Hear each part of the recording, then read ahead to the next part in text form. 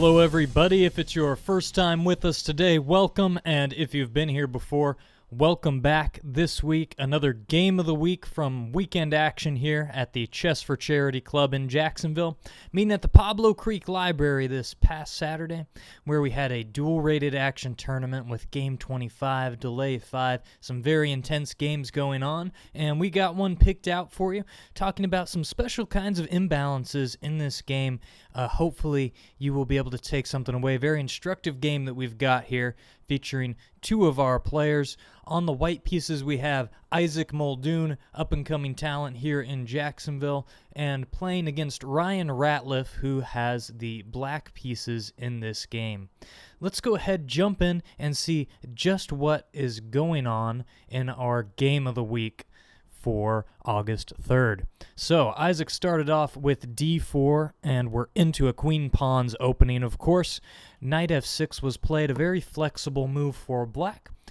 Could lead to a lot of different positions, and c4 came out, so once again maintaining a lot of flexibility, and after d5 we have a queen's gambit setup.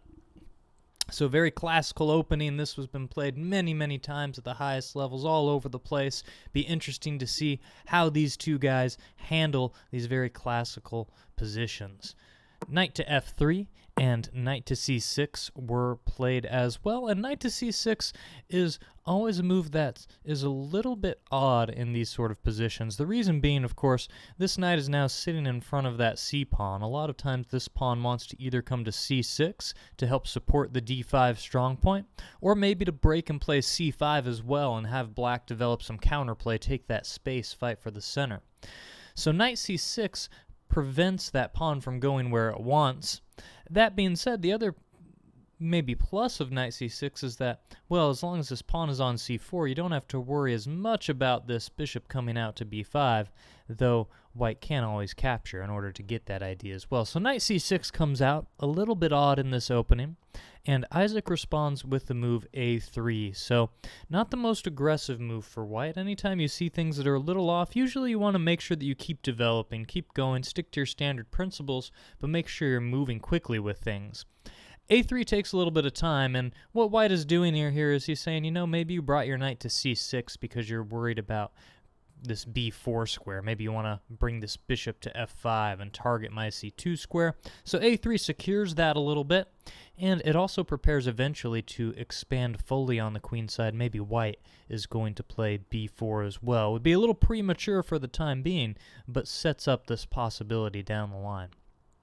Black does develop with bishop f5, and we can see now that the pawn on a3 stops any of these knight b4 ideas, bringing it to c2, where of course it could fork the king and the rook. So a3 is still useful in this position. In some ways, this move bishop to f5 actually justifies the opponent's move a3, because now it makes it more useful than perhaps it would have been if we just developed the bishop to maybe g4 instead, or played e6 and said, you know what's your pawn really doing over there on a3. Knight to c3 from white, normal developing move, and e6 from black.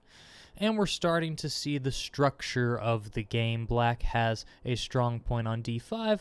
White is working to undermine that point, putting pressure on the center and trying to take some space on the queen side. And that's kind of how things are going to work here. Black's trying to strike back at white's center, and white's going to try to expand in the center and the queen side as we go through this game. e3 comes from white, preparing to bring the bishop out at the proper moment. Bishop d6 from black, and bishop d3 for the white pieces, and now we have this sort of stare down between the two bishops. So bishop on d3 staring down this bishop on f5, threatening to capture and potentially ruin black's pawn structure in the center. So black goes ahead and plays the move bishop to g6, deciding, hey, I want to keep these central pawns and my d5 strong point. If you trade here, I can take back with the h-pawn now instead. So at this point, white says, you know what, I'm going to go ahead and continue with my expansion ideas, and it jumps into the fray with the move b4. We talked about this earlier, that a3 was preparing this push with b4. Now, one thing that black can try to do to take advantage of this situation, it doesn't happen in the game, but there's pressure here coming on two ways, right? These bishops are still staring at each other, of course, but also this pawn on c4 is still always has the potential of being captured for black. A lot of times black chooses to wait to recapture this pawn until white has developed their bishop. Will white develop their bishop with the last move, but of course initially it came with that threat of taking the bishop on f5. So if we go back a couple moves here, if black played d takes c4 right away, white could maybe think about playing bishop takes f5 in addition to bishop takes c4. Both of these are ideas. You could recapture where black's got that tempo, or you could maybe even take over here where after the f-pawn takes, you have two sets of doubled pawns. Yes, it's true black is temporarily up a pawn, but white has a couple ways to be able to get this back. Queen a4, for example, will be able to round up that pawn on c4, and then black is left with no central pawn. So this could be a classical approach to the position. So for that reason, black doesn't maybe necessarily want to take on c4 right away. However, after bishop g6 and b4, now this move d takes c4 is definitely a real possibility, because after d takes c4, white's going to have to move the bishop again. There's no longer this bishop takes f5 idea, because h takes g6 is perfectly sound for black. And this looks pretty good. I mean, it's still a nice position for white. He's got control of the center, still have the queenside expansion going. The bishop is putting some pressure on this diagonal, but the f7, e6 strong points are still strong. Maybe d5 will come to try to undermine it. Some interesting ideas in here, maybe e4, lots of different ways for white to play, but black is very solid in this structure. So rather than d takes c4, what we see in the game instead is black plays a little securing move instead. Black plays the move a6, and a6 is aimed at trying to slow down white's expansion here on the queen side, really saying, hey, if you want to keep pushing, if you're going to play the move b5, then I'm going to at least recapture and open up the a file for my rook, right?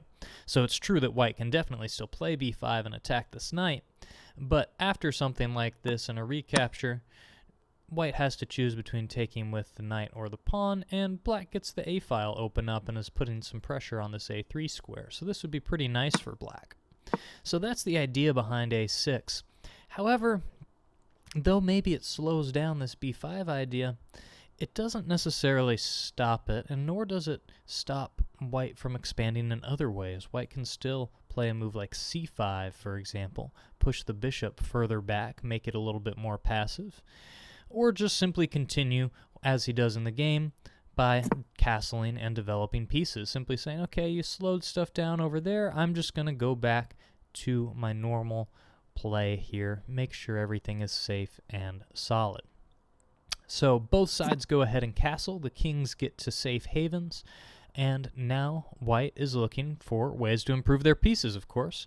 You have this nice sort of center going on. There's still this tension on the c-pawn and on the bishop, so at some point something's going to have to give. These things are always in the air, and both sides are going to have to be careful calculating all these different potential structures that can happen.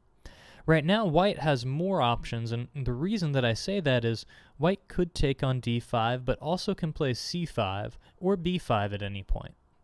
Black's main options are basically to either play around this square or to take.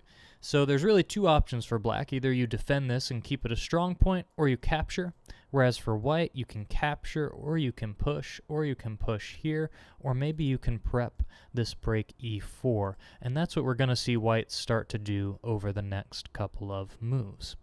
So white plays the move bishop to b2, looking to connect the rooks here, bringing the last piece to a square that hopefully will open up down the line if this center resolves in a favorable way.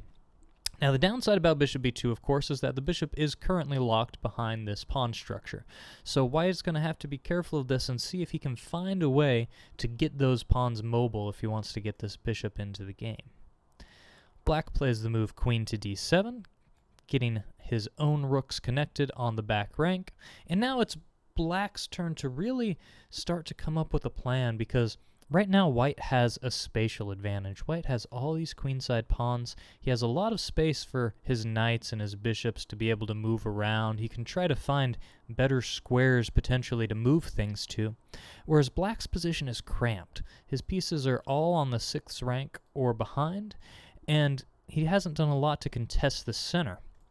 We mentioned before, this knight on c6 is hindering black from being able to play a move like c5 or even c6 to either consolidate or strike back at white's center, and this gives white a nice advantage in this position. Even though both sides have developed, we're getting toward the end of the opening.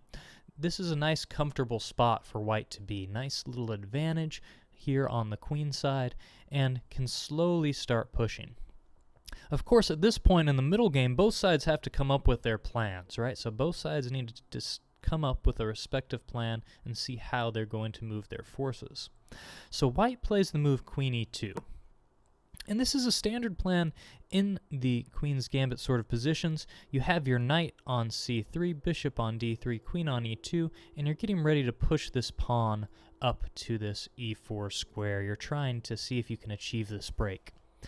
Now, still at this point, black always has the option of taking on c4, deflecting that bishop away in order to get a little bit more control over the square.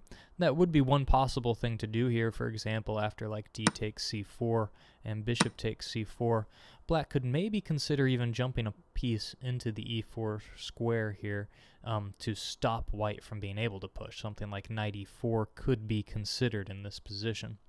Of course, you could also simply try to improve this bishop, maybe bring it to h5 and pin the knight.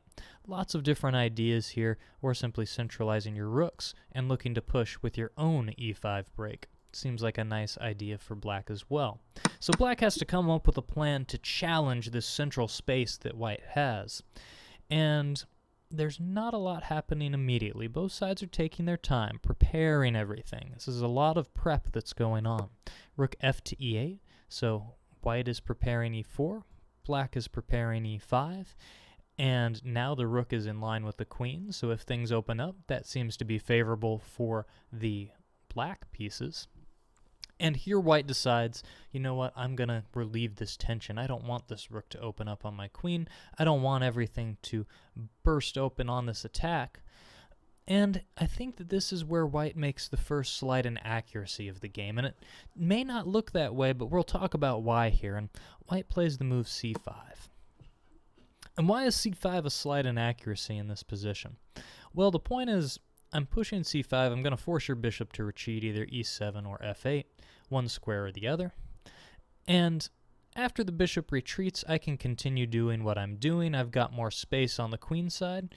But why don't I like this move for white?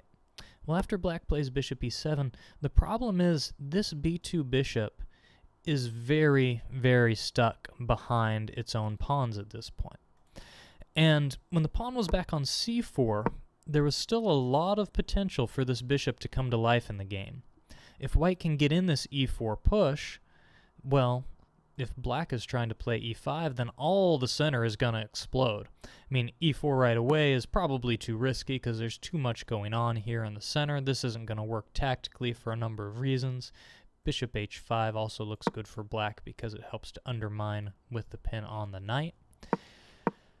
But as the center does open up, this bishop will come to life. After the move c5, white's bishop doesn't have a lot of potential anymore. These two pawns are gonna stay squared off.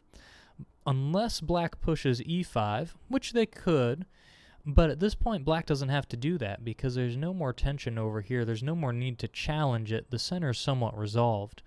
And I think that this makes things a little bit more comfortable, even if cramped for black. Yes, black needs to find a way to unwind.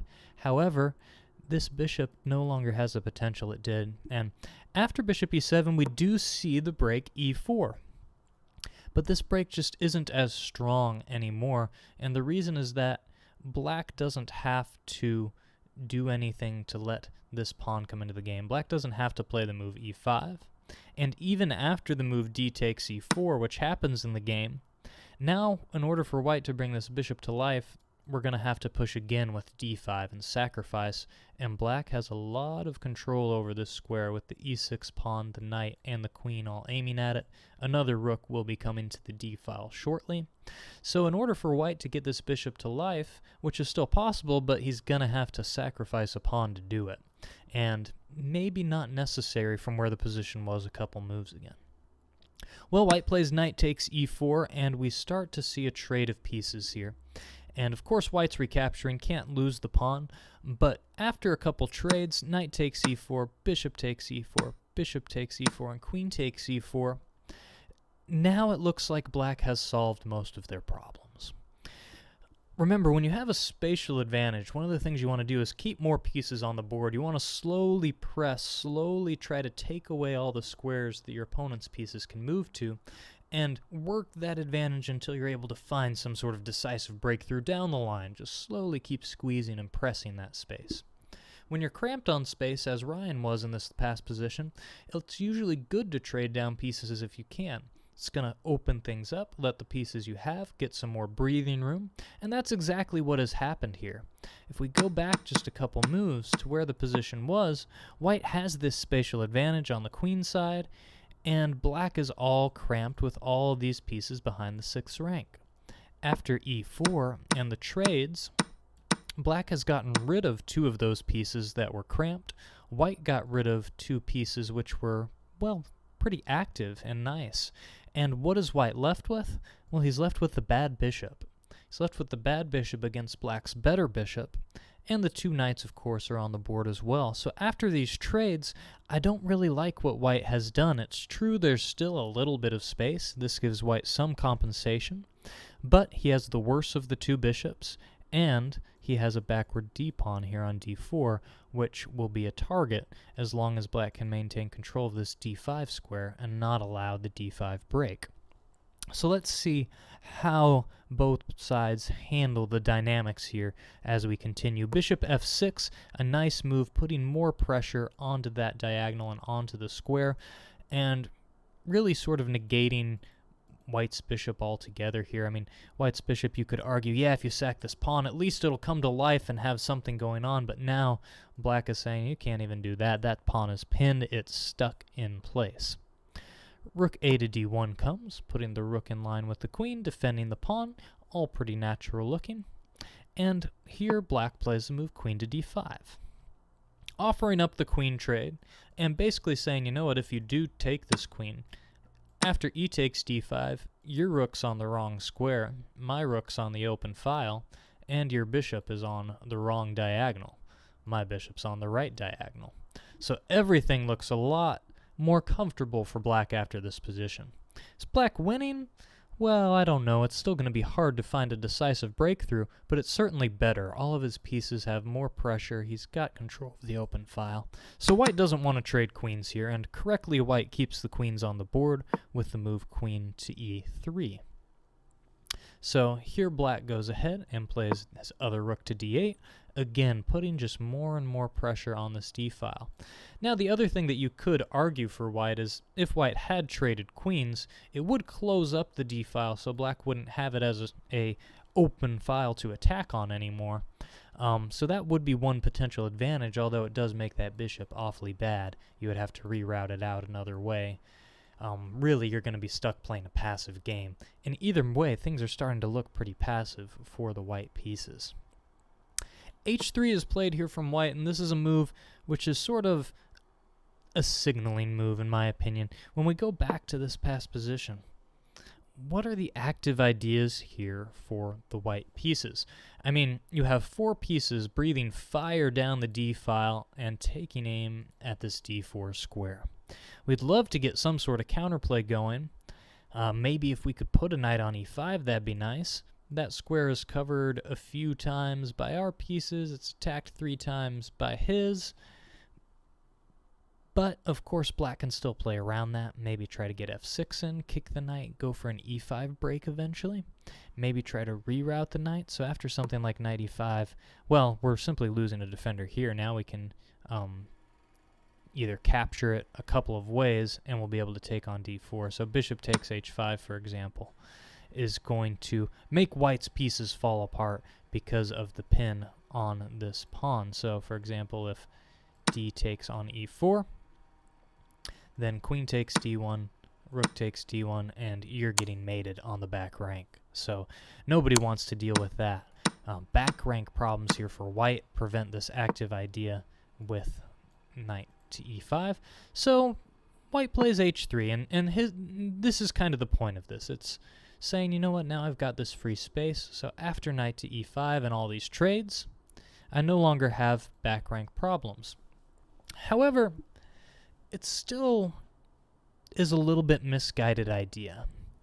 Black plays the move rook to e7, preparing to bring yet another piece onto the d file. And here white plays the move knight e5. This was the point behind h3. However, it's a little bit misguided, and let's go ahead and talk about why. So bishop takes, pawn takes, queen takes, rook takes is all played in the game. A large simplification occurring, and then king to h2, everybody trading off, and we enter an endgame. Two rooks and knight versus queen and bishop. So we have this imbalanced endgame going on. However, this endgame is a lot better for the black pieces. And why is that? Why was this whole idea of white allowing these exchanges a little bit misguided? Well, in general, we know that the rooks are each worth 5 and the queen is worth 9. So, of course, 2 rooks is maybe slightly more than a queen. But it always depends on the nature of the position when these things occur. In this particular position, after black plays rook ed7, these 2 rooks are already coordinated. They're connected, and they're on the only open file on the board. So these 2 rooks are monsters. This queen is never going to be able to contest them. Of course, they defend each other. And the 2 rooks, if they can get together, perhaps on like the second file, if you could put rooks on c2 and d2, they can really wreak havoc down here on white's second rank, because the queen can only ever support a square once. So both the queen and the bishop will have to be used together to protect against 2 rooks. White has a knight, of course, as well, but if you imagine the knight and the bishop are off the board, the pawns are even. So 2 rooks against the queen and the king, black can always potentially, if he can get these pieces coordinated on the second rank, he can take a pawn. Like, for example, on g2, if you can imagine a position with like white's queen on g3, black's rook on d2, black's other rook on c2, black has the potential of capturing on g2 here, and after the trades, black's going to be up a pawn in a king and pawn ending. So that's one technique that shows why the rooks are a little bit more powerful. Of course, not all king and pawn endings are winning when we're up a pawn, but it's certainly better to be up a pawn than down a pawn in them. And the power of these connected rooks is very tough for white to contest. In some positions, if the rooks are scattered, like if this rook were on a2, for example, it would be a much different game, because white might have some tactical resources, maybe something like queen b3 or things like that. Lots of tactics and different targets, but here black is very solid. The structure is solid, the pieces are all in sound squares, and there's not a lot of targets. So the mobility of the queen, even though it has a lot of space, it doesn't have anything to take aim at, and that makes it better for black. Now, the other thing about this particular position, making it better for black, is that white's bishop is not the proper bishop. All of his pawns are on these dark squares, and this makes it very difficult for this white bishop to participate actively in the game. One thing interesting to note is, in general, rooks work very well with bishops, and here the black pieces have a knight. And queens tend to work very well with knights, where in this position, white has the bishop. So both sides sort of have this tandem duo of, I've got the 2 rooks, but I've got a knight, which doesn't work as well with the rooks. And white has the queen, but I've got a bishop, which doesn't work as well as a knight with the queen. So both of them have maybe the lesser minor piece buddy alongside, but black is certainly looking nice here. Let's see what white does in order to try to deal with this, because there's a lot of threats here. I mean, what black wants to do, as we said, if he can put his rooks on the second file and take control of this, it will be a dominating game. And there are other targets. This e5 pawn's a little weak right now. It can be secured with f4. a3 is another weakness. Of course, the second rank, the bishop being on light squares. And for black, it's going to be hard for white to get in and create these weaknesses. So bishop to c1 is played, and this moves the bishop to a square which covers this d2 square, stopping black from putting a rook on d2. Also stops the rook from being able to come over to this side as well, so it's limiting these squares of black's pieces. Rook 1 to d3, saying, okay, I'm going to go ahead, put pressure on a3, and gain a tempo on your queen, and let's see where you put it. Queen comes to e2, and white is trying to maintain control of this d2 square, like we said. That's one of the big things here. And also keeping an eye on the e5 pawn, which is under attack from the knight, and could fall under attack from another rook very soon. And here, black plays a move that's a little bit odd. The rook comes down to d1, and I don't think rook d1 is really making progress. Of course, it attacks the bishop temporarily, but we could always just repeat to where we just were a couple moves ago. After a move like rook d1, white can play queen e3. In this position, white should be very happy if he can achieve a draw. A repetition of moves would be very nice. However, white plays the move queen b2, so avoiding the repetition instead.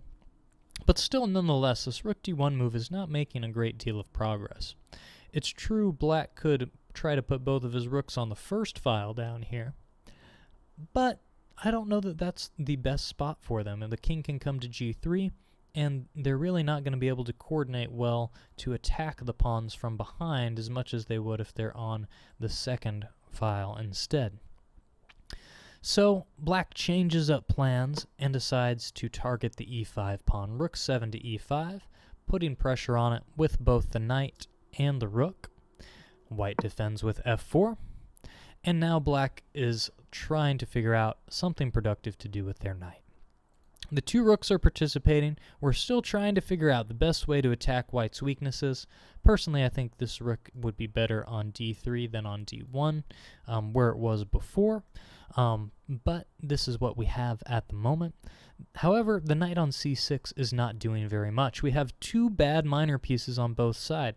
The bishop on c1, not doing much of anything for white, other than covering the d2 square. An important defensive role, but not doing anything for counterplay. And this knight on c6. The big difference here is that the knight on c6 can move somewhere, it can improve itself, and this bishop on c1 is not going to have as easy a job of doing that. So the knight moves to e7, trying to find a new home for it, and now white is able to start with the queen side expansion. Remember, white made all these pawn moves before and has more space over here. In general, when you're defending in these sort of positions where there's pawns on both sides of the board, and in this case, white is the one defending, if you can manage to trade off pawns and get closer toward an endgame with fewer pawns on the board, it usually is going to help to increase the chances that you can draw. And the reason for that is that once more pawns come off the board, there's less chances for there to be more passers, and it's going to be tougher for the opposing side to create that finishing breakthrough. So a4 comes, and the idea is I'm going to start trying to push these pawns, trade down the queen side, and simplify things a little. Black plays the move c6, looking to prevent this b5 push, and the thing is that it doesn't really do this, and this is because of a very nice tactical idea. And what is the problem with black's position at the moment, you may ask? See if you can look and find a weakness in black's position. Of course, the b7 pawn is backwards, but it can't be attacked.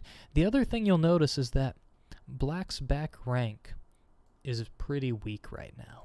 This king is still stuck behind all these pawns. None of them have moved forward. And because of that, black has to look out for some back rank threats. So after b5, a takes b5, a takes b5. And it looks as though the c pawn is hanging, right? Isn't white losing a pawn here? Well, not necessarily so. After the move rook takes c5, which occurs in the game, white plays b takes c6, and now what you want to play is this move b takes c6, right? You want to play the move b takes c6 and hold on to this pawn, but of course if you do that, queen to b8, and oh no, we're getting mated on the back rank. The rook can come back, the knight can come here, but in the end, it's just going to be a slight slowing of the unstoppable mate to this king here on g8. So we can't recapture with the pawn, and black is going to have to take either with the knight or the rook instead. So after the move, rook takes c6. Now white can gobble up this last pawn. Queen takes b7, and again you might say, well, isn't this bishop hanging here on c1? It is, but after you take with the rook, the knight is hanging now as well. Queen takes e7, and suddenly, where have all the pieces gone? Where has everything gone in this game? Yes, you can argue that black has the two rooks, and after rook to c8, the two rooks are slightly stronger than the queen, and as we mentioned before, you still have some dreams of being able to connect them on the second rank and put some pressure on white, and trying to win a pawn and win the game that way. However, a few moves ago, when all these pieces were on the board, after this knight e7 and a4, black is undoubtedly better here. Black is close to winning in this position, and the reason is that this knight still has places to improve. It can still come to f5. Of course, you want to make sure to push a pawn and make space for your king at some point. This bishop is terrible on c1, so white having found a way to trade off the bishop for the knight is huge to white being able to get back into this game.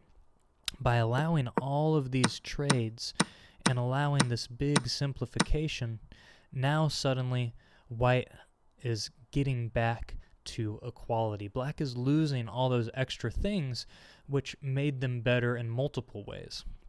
Yes, it's true the two rooks are slightly better than the queen, but is slightly better going to be enough to win, where before you had multiple advantages? So one of the hard things to find, and one of the hardest things to do, is win a winning game in chess. But one of the things to always look at is what advantages do you have and what disadvantages do your opponent have, and make sure to highlight those. Try not to let your opponent untangle those disadvantages if you can, and by trading off that bishop for that knight, that's exactly what has happened here. And the game is very, very close to being equal now. So rook to c8. But I will say that there's a little bit of fighting chances left here. White plays the move g4, and this is another big mistake. Why is g4 such a big mistake? Well, the point is that now this king is hanging out to dry. This king is open to checks all over the place now. And before, with this pawn back here, the structure is a lot more solid. The king is safe on h2. Yeah, it's true, maybe black can dream about trying to double and put pressure on the g2 square, but white can always defend that square, and he can try to push the h-pawn and create some counterplay. So here, a lot better for white would be the move h4. Push this pawn up the board, see if you can create some holes for your queen to put pressure on the black king, and maybe you'll play g3 and the king to h3. Again, black can try to double on the g3 square. That's going to be their winning try. But in the meantime, you're going to find ways to check this king. If you can push this pawn up to h6, then you should have at least perpetuals along this d8 to f6 diagonal if you can break in that way. So, for example, if we make a few moves like, let's say, I don't know, rook d2 here, h5, and if you're just sort of dancing around trying to waste some time, if you make another rook move here after h6 and pawn to g6, now white is always going to have these checks in here, maybe even mating ideas on g7 that black has to be very careful about. So this will be a draw for sure in this sort of position. That's why it's always important to look for these other ideas. When you're the side with the queen, you have to create holes and break apart black's structure if you want to have counterplay and have good chances. Otherwise, that strategy we talked about, the rooks piling up on your square, can get to you and wreak havoc. g4 makes it where, yes, you're moving toward creating some holes. However, this king is very airy now, and you're giving a lot of tactics to black in the position to try to lock your king up and wreak havoc on these pawns, which are a lot weaker now. So the rook came back to c7, attacking the queen, and here the game does finish up. We see queen to d6, rook to c6, queen to e7, And the two sides decide to agree to a draw here. I don't believe that this is quite the correct moment to. And the reason, of course, is for what we just said before. These pawns have pushed too far up the board now. Black can start playing checks and force white to either march his king up, where it could maybe run into some trouble and some mating nets, or the king is going to stay on the back, where black is going to be able to easily pick off all of these pawn weaknesses. So rook c2 check is a nice forcing move, for example, where, well, if you're coming down, you have all sorts of problems of mate hanging in the position once the rooks move to the side. So king g3 is pretty well forced. And after the other rook checks and the king comes to h4, this king is starting to get dangerously close to these black pieces. So after something like h6, creating a square for the black king, it looks like you're maybe losing a pawn after queen d8, king h6, and queen takes d7. But the point is that this pawn here is a weakness, and the king is going to move into some mating threats. So after a move like rook to h2, this h2 pawn can't be defended, and white is going to be falling apart and getting mated in this position very shortly. So these are the sort of dangers that appear in these positions, things to look out for. Even though it looks like maybe things should be equal, there should be this dynamic equality, you got to be very careful anytime you're pushing these pawns in front of your king. You definitely want to keep this guy back on g2. Nonetheless, after queen e7, a draw was agreed. The two couldn't see any way to make progress. And this was a nice game, very instructive game, looking at some of those dynamics. Spent a little bit of time talking about the two rooks versus the queen, also looking earlier at the bad bishop versus the knight dynamic. Always keep an eye out for the potential of your pieces, maximizing the disadvantages your opponent has. Hopefully you've enjoyed this game. Hopefully you'll be able to take some ideas into your games and be improving. Can't wait to see how you guys play in the weeks to come. If you have any good games, make sure to send them our way so they can be featured as well in the Jacksonville Chess for Charity Game of the Week. That's all we have for you today. Best of luck. If you enjoyed the video, be sure to like, post any comments, and share via the buttons below. Check out our website at chesswithnick.com for further video, more content, and any postings on lessons, further video analysis, or written analysis that you may be interested in. And be sure to check out our YouTube channel, Chess with Nick, on youtube.com. Have a great day, and wishing you best of luck.